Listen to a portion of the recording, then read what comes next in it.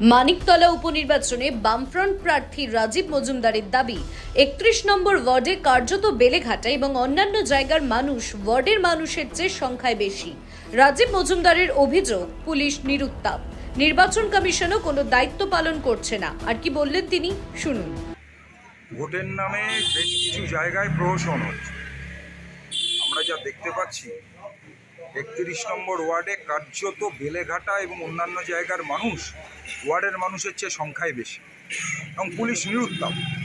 নির্বাচন কমিশনও সেভাবে কোনো দায়িত্ব পালন করছেন না এখনো পর্যন্ত, যা তাদের পালন করা উচিত। আমি সবার কথা বলছি না, একটা বড় অংশ। এবং বিভিন্ন ওয়ার্ডেও ভয়ভীতি তৈরি করা হয়েছে। তার মধ্যে দাঁড়িয়ে আমাদের পার্টি কমরেডরা যতটা সম্ভব লড়বার চেষ্টা করছেন। মানুষের কাছে এটাই আবেদন, আপনারা আপনাদের নিজেদের ভোট দিন। সকাল সকাল ভোট কেন্দ্রে গিয়ে এখনও যা সময় আছে নিজের ভোট দিন।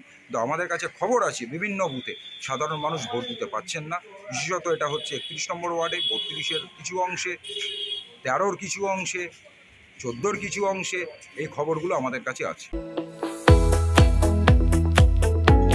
আপনারা দেখছেন ইউএন লাইভ, বাংলা খবরের শেষ কথা।